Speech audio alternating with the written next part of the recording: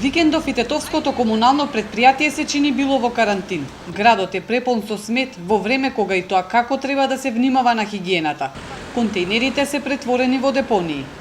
Ова е изворот на болест. Ако не корона, било која друга област. Ова е невозможно. За џубрево треба тие да мислат. Градоначалничката па да се чисти, па да се дига, ова е зараза. Купишта смет има и пред православните гробишта во Тетово, од каде се шири и смрдеа. Од градежен шут, мебел, храна, облека, нема што нема расфрлано овде позади мене на влезот пред православните гробишта во Тетово. Местото е претворено во вистинска депонија.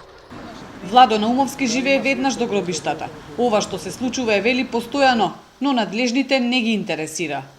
Откога дојде новата власт за живот на сите, стана ова е работа. И сега немаме кај да се жалиме. Бидејќи да се жалиме, инспекторот вика снимите ги, ја ќе ги казнам. А не доаѓа овде да ги сними сам. И сега ние треба да преземеме улога на сниматели, на казнувачи, на што на тоа. А иначе ова што го гледате е денеска чисто. Од општината се правдаат дека вработените имале проблем со доцнење на дозволите за движење, па затоа не работале. Дополнителен проблем е што во комуналното предпријатие 3 месеци немаат плата, поради што има негодување и одбивање на работа кај дел од вработените.